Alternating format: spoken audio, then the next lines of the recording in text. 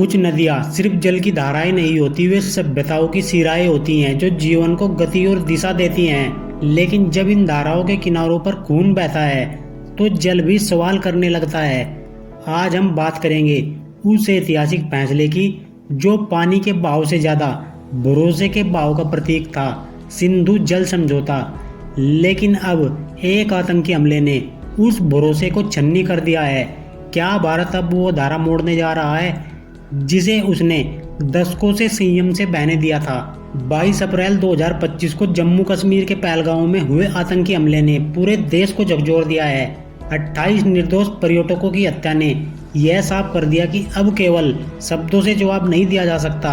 ऐसे में भारत सरकार ने एक के बाद एक कई ऐतिहासिक फैसले लिए हैं और ये सिर्फ रणनीतिक नहीं बल्कि भावनात्मक और संप्रभुता से जुड़े फैसले हैं। सिंधु जल समझौते पर रोक यह सिर्फ जल का नहीं, भरोसे का समझौता था। लेकिन जब पाकिस्तान बार बार भारत की पीठ में छुरा घोंपे तो भारत ने भी अब बहते पानी को थामने का फैसला किया है।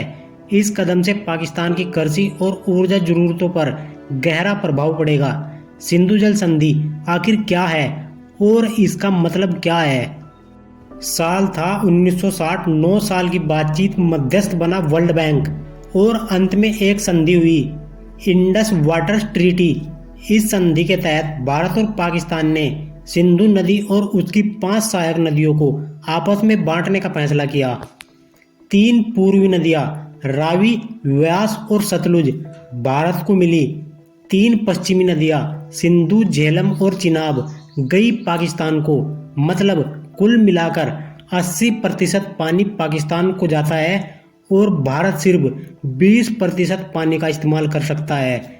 लेकिन ये सिर्फ पानी की बात नहीं थी, ये एक ऐसे भरोसे की संधि थी, एक ऐसी डील थी जो दुश्मन देशों के बीच भी लगभग 60 साल तक टिक गई। भारत इस जल संधि को रद्द करके अपने संसाधनों पर फिर से अधिकार चाहता है।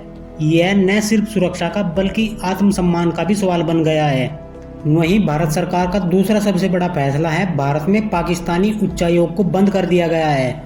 भारत ने पाकिस्तान के साथ राजनयिक संबंधों को सीमित करते हुए दिल्ली स्थित पाक उच्चायोग को बंद करने का आदेश दिया है। और सिर्फ इतना ही नहीं, 1 हफ्ते में खाली करना होगा उच्चायोग। भारतीय धरती पर अब उन प्रतिनिधियों के लिए कोई स्थान नहीं जो शांति का मुखौटा पहनकर आतंकवाद को पोषित करते हैं।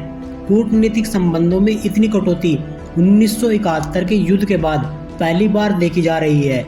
यह दिखाता है कि भारत अब सहन नहीं करेगा। अटारी वाघा बॉर्डर को बंद किया गया है। इस कदम से दोनों देशों के बीच जमीनी संपर्क पूरी तरह से ठप हो गया है। व्यापार, यातायात और आवाजाही अब ठहर गई है। सिर्फ एक संदेश देने के लिए, आतंकवाद का कोई रास्ता नहीं बचेगा। पाकिस्तानी नागरिकों को वीजा नहीं मिलेगा। अब भारत की सरहदों में वो लोग प्रवेश नहीं कर सकेंगे जिनके देश की जमीन से हिंसा का समर्थन होता है। यह स्पष्ट संदेश है, शांति सिर्फ कहने से नहीं, करने से आती है। सवाल सिर्फ इस एक हमले का नहीं, सवाल यह है कि कितनी बार भारत को चुप रहना चाहिए। उरी हमला हुआ, पुलवामा हुआ, पठानकोट हुआ और अब पहलगाम।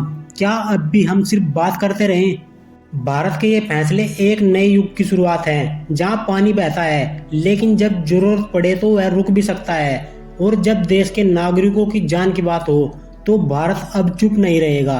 सिंधु की लहरें सदियों से बह रही हैं, गवाह बनकर, साझीदार बनकर। लेकिन जब इंसानियत के बहाव को बार बार रोका जाए, जब निर्दोष लोगों की चीखें नदी की लहरों तक पहुंचने लगे, तब शायद वक्त आ जाता है दिशा बदलने का। भारत ने संकेत दिया है कि सहनशीलता की भी एक सीमा होती है। यह सिर्फ एक संधि का अंत नहीं, यह उन तमाम उम्मीदों का पुनर्परीक्षण है जो हमने पड़ोसी के साथ बांटी थी। अब सवाल ये नहीं है कि पानी किसे मिलेगा, सवाल ये है क्या भरोसा फिर कभी बह पाएगा। तो फ्रेंड्स, ये थे भारत सरकार के 5 बड़े फैसले जिनको पहलगाम आतंकी हमले के बाद पाकिस्तान को प्रतिबंधित करने के लिए किया गया है। फ्रेंड्स, यदि आपको यह जानकारी अच्छी लगी है तो वीडियो को लाइक करें, चैनल को सब्सक्राइब करें। मिलते हैं नेक्स्ट वीडियो में, तब तक के लिए धन्यवाद।